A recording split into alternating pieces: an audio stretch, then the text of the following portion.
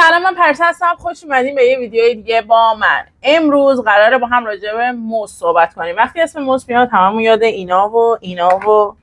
اینا میافتیم. معمولا هم همه از اینا استفاده کنن. همه ما به خاطر استفاده زیادی که داریم از موز انجام میدیم دچار یه ترومای جمعی شدیم و اون مچ درده. اکثرا دستامون، مخصوصا مچ دستامون درد میکنه. این موز خاصی که امروز قراره با هم راجع بهش صحبت کنیم واسه همین طراحی شده. یه موز خاص طبی. امروز قراره راجع به یه موسی که یکم ریسکی تره صحبت کنیم، مثل این موسای طراحی که حالا برندهای متفاوتی زدم، ولی من اولیشو از لاجیتک دیدم. این برندمون رپو، موسی 250 رپو سایلنته و حالا ادامهشو با هم دیگه توی ویدیو میبینیم. یه 2-3 قسمت ازش تست میگیریم و با 2-3 نفر متفاوت صحبت میکنیم راجبش، ببینیم که کار کردن باهاش چجوریه. برای حمایت از ما لطفاً خریدو چه این موسا چه همه این موسا رو از وبسایت خودمون beruskalabayu.com تهیه کنین و پیج اینستاگرام و آپارات یوتیوب ما رو فالو کنین، سابسکرایب کنین و اگر سوالی دارین یا حرفی دارین برامون توی کامنت ها بنویسین. خب من الان اولین بارم واقعیت این موسا گرفتم. یه تست کنم.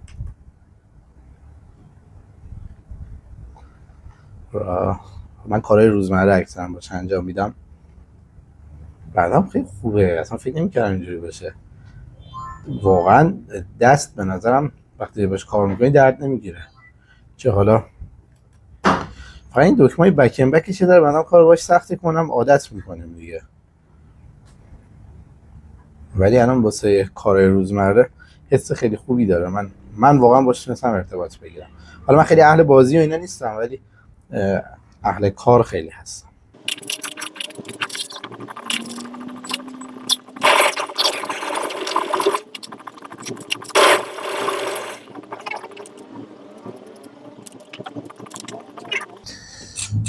اصلا به درد گیم نمیخوره به هیچ وجه. یه مشکل اصلیش هم اینه که شما حالا بخواین دستتون به این سمت ببرین، دستتون کشیده میشه روی مثبت یا اون سطحی که کنار موس قرار داره، اختلال ایجاد میکنه. بخاطر اینکه انگشت کوچیک‌تر این وره دیگه اصلا به درد گیم نمیخوره. مشکل ایجاد میکنه توی حرکت‌های سریع. در کلم نه به درد گیم اصلا نمیخوره. در حرکتی حساسیتی نشه. فرق نمیکنه خیلی، ولی همونه. منم اول دستم گذاشتم فکر کنم خیلی قرار فرق کنه، ولی فرق نمیکنه. فقط این مشکلش خیلی رو مخه. مثلا میخوای اینور حرکت بکنی حرکت نمیکنه دستت دیگه، نمیشه دیگه. اگه دست بزرگ باشه هیچ کاری نمیتونی بکنی، باید از این ور بره بالاتر.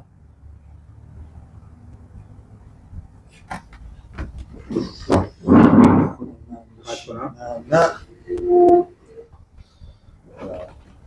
دادشون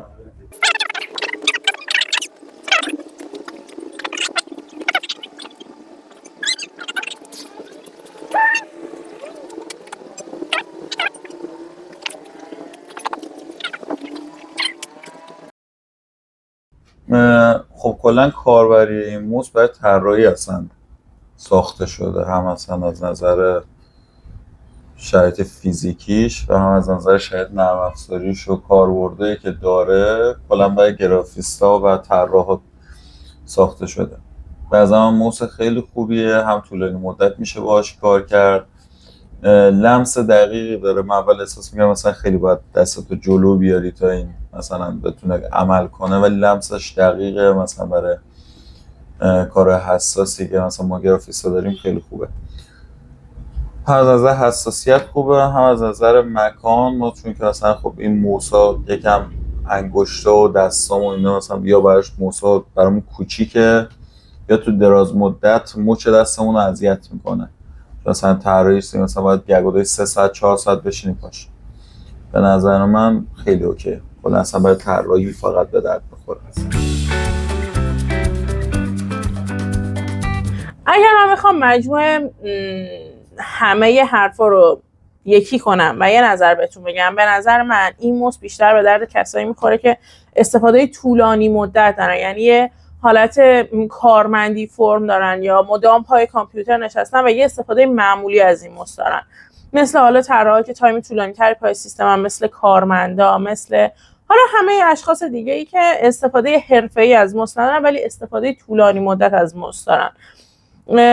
و مشکل دیگه‌ش هم اینه که این ماوس به نظر من اصلا برای چپ دستا طراحی نشده. یعنی اگر برای چپ دستا باشه که باید کاملا متفاوت باشه. منم شکل متقارن اینو ندیدم. اما این ماوس برای چپ دستا خیلی عالی تره، به خاطر اینکه با یه تنظیمات، یعنی با 2 تا کلیک شما میتونید اینو راحت چپ دستا ازش استفاده کنن توی ویندوز یا توی مک. یه مشکلی که اکثرا داره توی چه ایران چه همه جای دنیا زیاد میشه، به خاطر اینکه ما مدام پشت کامپیوتر میشینیم و داریم به صورت روزمره از ماوس خیلی زیاد استفاده میکنیم.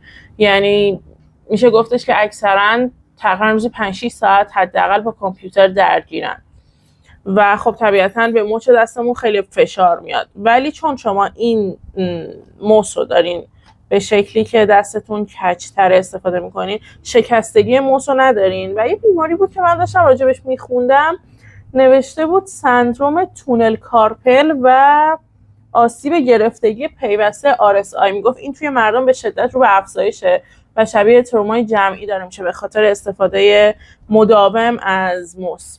این موسا برای این اشخاصی که حالا دچار این بیماری‌ها شدن یا میخوان پیشگیری کنن که دچار این بیماری‌ها نشن، به نظر من بهتره. البته خود شرکت رفاه هم همینو گفته.